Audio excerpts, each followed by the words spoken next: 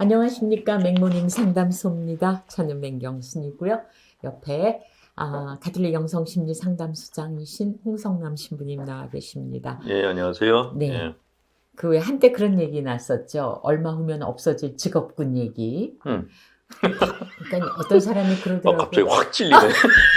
어떤 사람이 지금이라도 도배하는 일을 배워야 될까.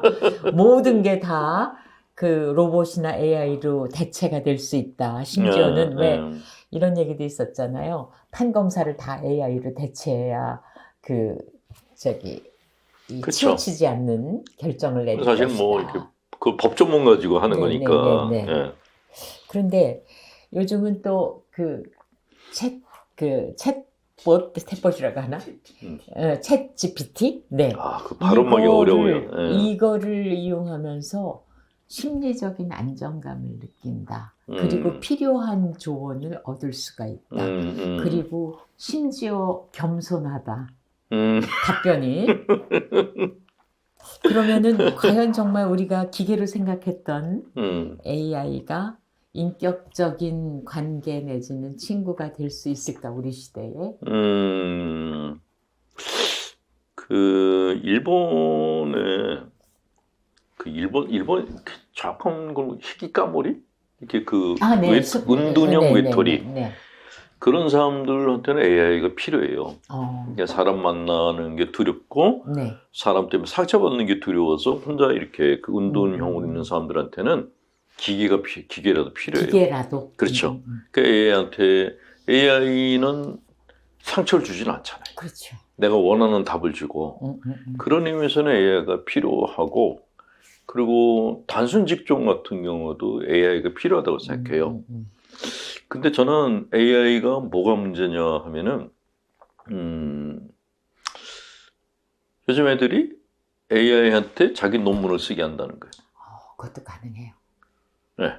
근데 그러면 어떻게 해요? 기계가 쓰면 나는 안 써도 되는 거죠? 그렇죠. 그러면 뇌 기능을 쓸 필요가 없죠. 바보들이 나오기 시작하는 거예요. 그러니까 우리가 노래방에 가면서부터 노래 가사를 못 외우고 있잖아요. 옛날에 노래 가사 다 외웠잖아요. 근데 지금은 내비게이션이 있으면서 우리가 지도를 못 보잖아요. 근데 옛날에는 내비게이션 없어도 지도만 보고도 다 찾아갔는데 지금은 내비게이션 없으면 못 찾아가요. 그렇죠. 그러니까 기능이 퇴화가 되고 있는 거예요. 그냥 아무 생각 없이 좌회전하려면 좌회전하고 그렇죠. 우회전하려면 우회전. 그러니까 기계가 물론 기계가 편안함을 주긴 하지만 그 기계가 인간이 가지고 있는 뇌 기능을 퇴화시키고 있어요. 그러니까 그런 어떤 사회학자들이 걱정하는 게 이러다가 인간의 지능이 떨어지고 AI가 인간을 지배하는 시대가 올지 모르겠다는 얘기를 하는 게 이게 꼭 근거 없는 얘기는 아니라는 거예요. AI가 계속 발달이 되면은 그러니까 AI가 수준이 올라가고 뭐 지배력이 없다고 하더라도 우리 애들이 뇌를 안 써요. 그러면 뭐 하층 계급이 될 수밖에 없는 거죠. 모든 걸 다 기계들이 다 결정하게 되니까. 근데 전 세계 인류가 다 같이 하층 계급 때문에 괜찮을까? 그러니까 인간이 갖고 있는 유일한 그 생존 수단이 생각이거든요. 뇌 기능을 활성화시켜 가지고 생존하는 길을 찾는데 그 뇌를 쓰는 걸 안 하고 기계한테 맡긴다? 그거는 상당히 위험하지 않을까 하는 생각이 들고요. 그리고 또 하나는 음식 같은 경우에 셰프가 만드는 거하고 기계가 만든 거하고 맛이 똑같을까요? 그거는 뭐 어느 정도 고도에 올라가서 섬세한 미각의 차이가 나겠죠. 그렇죠. 그러니까 우리가 뭐 요즘 뭐 이렇게 그 맥도날드나 뭐 이런 데 가면 기계에서 다 이렇게 만들어 사람이 안 하잖아요, 지금은. 그 매뉴얼대로 다 만들었는데 이렇게 먹는 거하고 고급 식당에 가서 셰프가 만들어준 음식하고 차이가 날 수밖에 없는 거예요. 차이는 나겠죠. 그런데 이제 그걸 그냥 받아들이는 거지, 그냥. 그러니까 AI를 쓸수록 저가 인생을 살게 되는 거죠. 고급스러운 인생이 아니고. 그 어떻게 보면 맛이 획일화되기 시작하는 거예요. 이거는 문제라는 생각이 들고 또 하나는 뭐 상담도 AI가 할 수 있다 그러는데 생각해 보세요. 만약에 고에서 AI가 있어. 그런 상황이. 어떠시겠어요? 내가 죄를 고백했더니 그 죄에 대해서는 보석은 뭐고 이걸 줬어요. 근데 마음 사하노라 그랬어요. 어떠시겠어요? 고해성사 보시겠어요?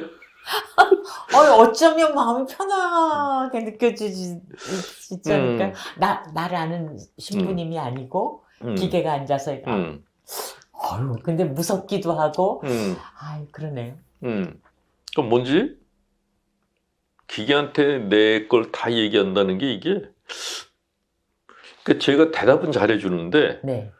정말 내 마음을 공감해 줄까? 내가 얘기할 때 같이 슬퍼해 줄까? 같이 기뻐해 줄까? 누군가 공감 버튼을 누르는. 그렇죠. 버튼을 눌러야지만 되는 거예요. 예.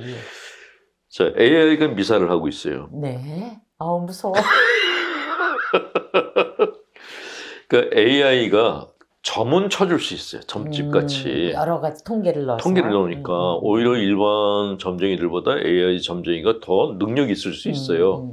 근데 AI가 강론대에서 강론을 한다? 설교대에서 목사님 대신 AI 목사가 설교를 한다?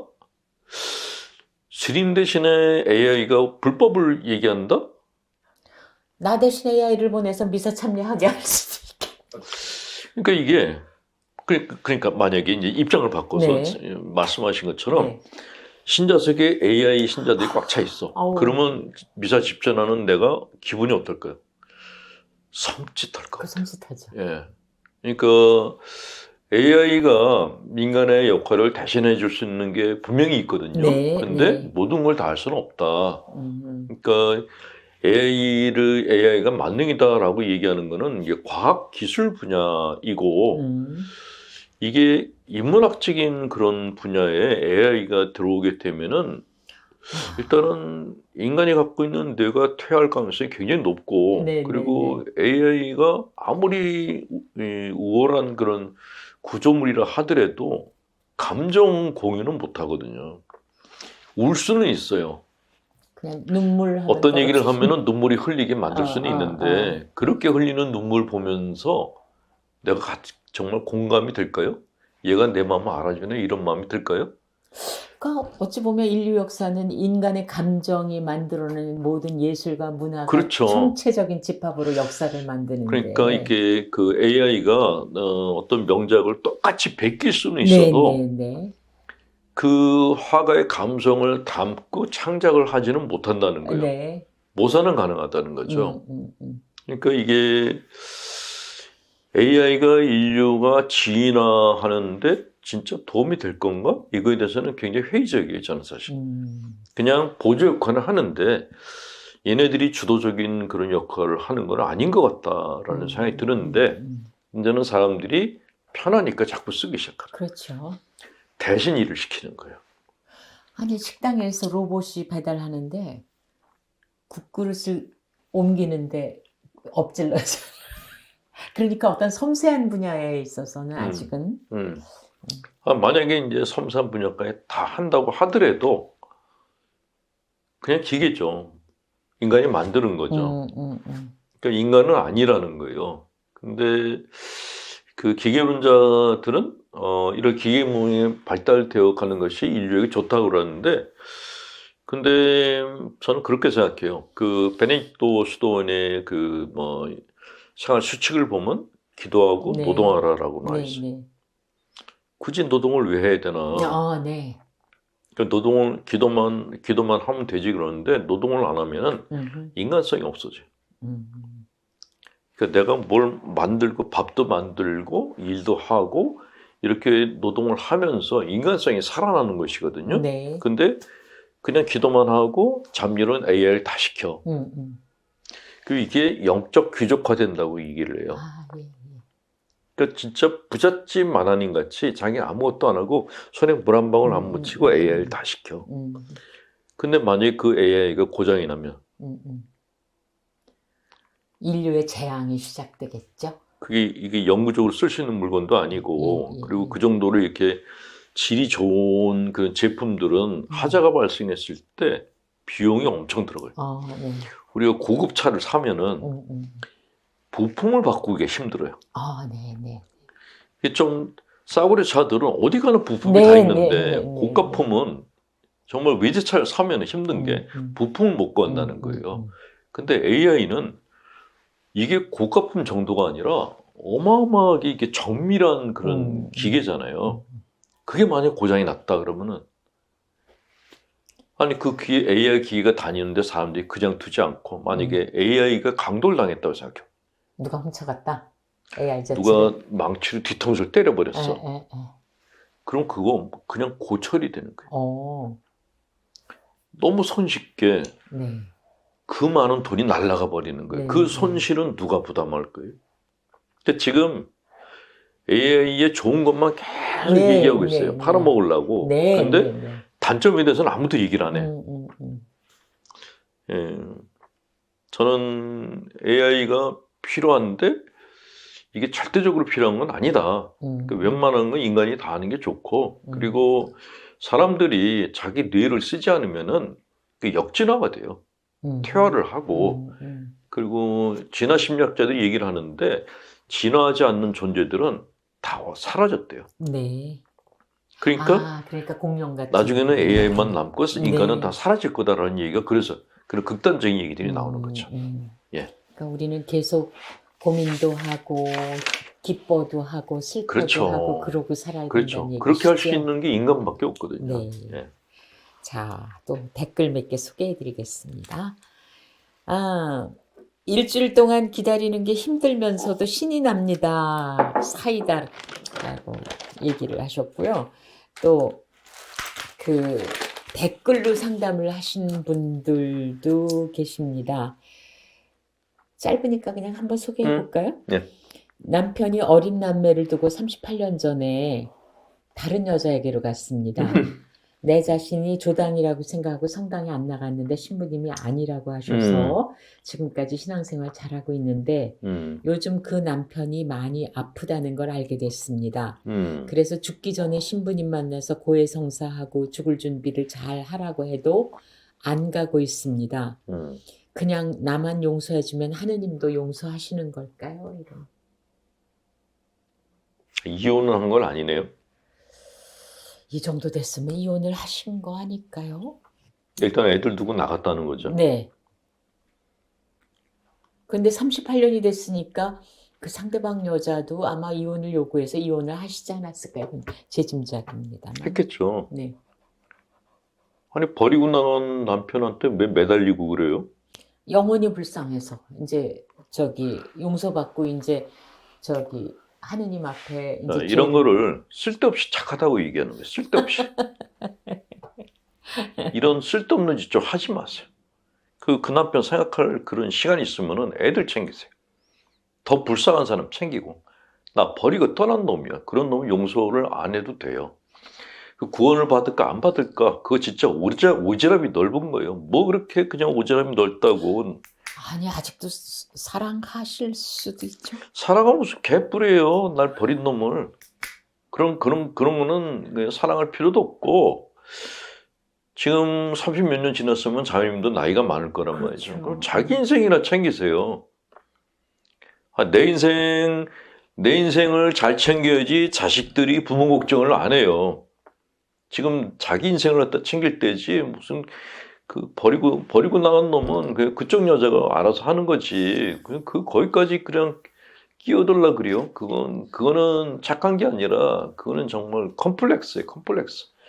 쓸데없는. 상담 자체가 안 되는군요. 역시 또 자매님도 상처받으실 수 있는데 그냥 그 생각은 안 하시면 좋다는 그 정도로 알아들으시면 되겠습니다. 상담으로 들어가겠습니다. 정년이 얼마 남지 않은 아저씨님입니다. 아주 재밌는 얘기를 쓰신 아저씨님입니다. 신부님은 진정한 위로자이십니다. 들으면 가끔 울컥합니다. 어떻게 이렇게 제 마음을 잘 아시지? 이런. 저는 6.25 때 북한군도 들어오지 않았다는 시골 오지에서 자랐습니다. 6.25 때 오지에서 자란 게 아니라 6.25 때도 들어오지 않은 그런 시골에서 어린 시절을 보냈다는 얘기세요. 깨복쟁이 친구 7명이 있는데 고등학교 다닐 적에 크고 작은 일이 있었습니다. 그때 친구가 도움을 요청했는데 저 또한 너무 가난해서 그냥 외면하고 살았습니다. 참 나름 친구가 잘 해줬는데 3, 40대쯤 만났을 때 농담 반 진담 반으로 늘 나는 너를 친구로 생각 안 해. 이런 말을 자주 했습니다. 곰곰이 생각하니 참 미안하더군요. 나름 애경사에도 노력했는데 없는 친구들 비난하는 말을 해서 연을 끊은 지 10수년 됐습니다. 그래서 약간은 외골수처럼 살게 됐습니다. 이 저의 삶을 어떻게 해야 될까요? 근데 친구라는 게 오래전부터 만났다 그래서 친구는 아니죠. 진짜 친구는 내가 같이 밥 먹고 싶은 사람, 네. 같이 여행 가고 싶은 사람, 같이 놀고 싶은 사람들이 친구죠. 그냥 뭐 같은 학교 나왔어, 같은 동네 자랐어, 그래서 친구? 그거 절대로 아니에요. 근데 왜 사람들 마음에는 지나간 시절을 같이 추억하고 공유하고 싶은 마음이 있잖아요. 그게 가능한 게 이제 어렵습니다. 그런 친구들도 있는데 아닌 애들도 많죠. 네. 네, 가까이 하고 싶지 않은 친구들도 있거든요. 이게 저는 이제 본당 생활을 하면서 신자분들과 관계에서도 이런 게 있더라고요. 어떤 신자분들은 정말 저 양반하고 같이 밥 먹었으면 좋겠다. 그런 분이 있는가 하면 저 양반하고는 식사도 하기 싫어. 그런 사람들이 있어요. 그러니까 내가 마음이 동해야 되는 거예요. 네. 그래야지 그게 진정한 친구인데 근데 상대방이 나를 친구로 생각하지 않아. 근데 그 원인이 내가 옛날에 얘를 못 도와줘서 얘가 이게 한이 맺혀가지고 나를 친구로 생각하지 않아. 그러면 내가 굳이 가가지고 뭐 그 앞에 가서 아쉬운 소리 할 일이 뭐가 있어요. 나도 가난해서 못 도와준 건데. 근데 나는 그 사람을 만나고 싶어. 이런. 그거는 구걸이죠. 그거는 우정이 아니에요. 그럴 수 있죠. 동등한 관계의 친구지. 네. 내가 가서 이렇게 뭐 우리 다시 회복하자. 이거는 구걸이에요. 그거는 구걸 관계를 만들게 되면은 곤란해요. 그러면 그 친구한테 계속 갑질을 당할 수가 있고 상처받을 수가 있어요. 그런 거는 안 돼요. 수평적 관계를 유지하시는 게 좋고 친구라고 그래서 다 나랑 가까워야 될 필요는 없어요. 제가 본당 신부들은 이제 이거 일을 할 텐데 본당 신부들도 이제 신자들하고 관계를 맺을 때 거리가 있어요. 네. 일선 있고 2선 있고 3선이 있어요. 만나는 횟수가 다른 거예요. 그렇겠죠. 그러니까 어떤 신자들은 자주 만나요. 자주 만나서 상의도 하고 같이 밥도 먹고 그러는데 좀 뜸하게 만나는 사람이 있고 아주 뜸하게 만나는 사람들이 있어요. 이게 거리가 있거든요. 근데 친구들도 그런 거예요. 그냥 자주 연락하고 만나는 친구들이 있는가 하면 그냥 간간히 연락하는 친구들이 있고 어떤 친구들은 그냥 있는가 없는가 싶은 친구들이 있어요. 그러니까 어떤 때는 그냥 10년 이상을 갔다가 뭐 얼굴도 보지도 못하고 연락도 주고받은 적이 없는데 친구야라고 나타나면은 네가 내 친구야? 이런 생각이 들기도 한단 말이죠. 근데 친구라는 거는 서로 간에 보고 싶고 서로 간에 대화를 계속 하고 있는 이런 사람들이 친구인 거예요. 평등한 관계여야 돼요. 예, 그게 굉장히 중요하고 지금 혼자 계신다 그러는데 일단은 과거의 친구들 말고 새 친구들 만들 필요가 있어요. 왜냐하면 친구가 없으면은 고독사를 하게 돼요. 네. 예, 그 복음서에 보면은 가족 얘기를 하나도 안 쓰셨어요. 예. 복음서에 보면 중풍병자 얘기 나오잖아요. 네. 중풍병자를 사람들이 들것에 들고 지붕을 뜯어서 거기서 내렸다 그랬어요. 그 사람들이 왜 그걸 했을까요? 친구니까 안타까워서. 그렇지, 중풍병자의 친구예요. 진짜 친구인 거죠. 만약에 중풍병자가 친구 관계가 없었다면 아무도 그 사람을 그렇게까지 들것에다 이동하지 않았어요. 그러니까 중풍병자 그 이야기는 예수님이 기적을 한 이것도 중요한데 더 중요한 거는 그 친구들이 중요한 거예요. 그러니까 과연 내가 아플 때 그 들것을 들어줄 그런 친구들 같은 그런 친구가 나한테 있는가? 이거는 좀 자문자답할 필요가 있다는 거죠. 예. 그리고 친구들은 대나무 같다는 얘기를 많이 해요. 일본의 시골 가면은 그 집 주변에 대나무를 심어 놓은데요. 네. 지진에 대비해서. 네. 대나무들 심어 놓으면 얘들은 밑에서 뿌리가 얽힌대요. 네. 지진이 나서 집이 내려왔는데 뿌리가 받아준대요. 이게 네. 친구라는 거죠. 네. 네. 그런 의미에서 친구들이 필요하다는 거예요. 꼭 어릴 때 친구뿐만이 아니라 지금 내가 주변에 있는 친구들 중에 정말 괜찮은 사람이 있으면 잘해주시고 친구 관계를 맺으시는 게 네. 본인을 위해서 좋아요. 본인을 네. 위해서. 그러니까 지금 그 친구에게 연연하지 말라는 얘기시지요. 예. 나를 친구로 생각하지 않은 사람한테 가서 매달리는 거는 그건 친구 관계가 아니라 주종 관계가 될 가능성이 굉장히 높아요. 그런데 왜 지금 외골수처럼 사시나 이런 생각이 좀 드네요. 그게 예전에 내가 이 친구한테 잘 못해준 거에 대한 자책감이 있으면은 네. 나 같은 걸 누가 가까이 하겠어? 라는 그런 마음이 생겨요. 그럼 혼자 있게 돼요. 다른 새 관계를 못 그렇죠. 만든다는 얘기시죠? 새로운 친구가 내 모습을 보면은 똑같은 행동을 할 거야. 그러면 네. 못 만나요. 네. 상처가 그러니까 이 형제님도 어릴 때 너무 가난하게 살았던 그 기억이 아직도 있는 거거든요. 네. 그런 상처에 대한 치유를 좀 받으실 필요가 있지 않나 하는 생각이 듭니다. 네. 근데 역시 그러면은 전문적인 상담을 말씀하시는 그럼요. 거예요? 그게 네. 중요하죠. 네. 근데 신부님께 또 여쭤볼게요. 만약 전문적인 상담을 하실 수 없는 상황이라면 차선책은 없습니까? 그래서 저희가 맥모닝 하고 있잖아요. 차선책이... 상담가를 못 찾아가는 분들을 위해서 저희가 이렇게 유튜브를 하고 있는 거예요. 네. 그러니까 이거를 보시고 네. 내가 상담을 받아야겠다. 그런 분들은 뭐 상담소를 찾아가시라고 얘기하는 거죠. 네. 이게 정신과를 가기에는 좀 애매한 거거든요. 네. 내 사연만 얘기하면 되는 거니까 전문 상담가를 찾아가시고 뭐 상담가들 중에 정말 헌신적으로 그렇게 하시는 분들 많아요. 또 찾아가세요. 지방자치단체에서 또 혹시 경제적으로 힘든 분들을 위해서 또 무료 상담 이런 서비스도 있더라고요. 그렇게 하는 데도 열심히 있고. 찾아보시고. 네. 검색하면 다 나와요. 네. 자, 맥모닝 상담소 가톨릭 영성심리상담소장 홍성남 신부님 말씀 들었습니다. 수고하셨습니다.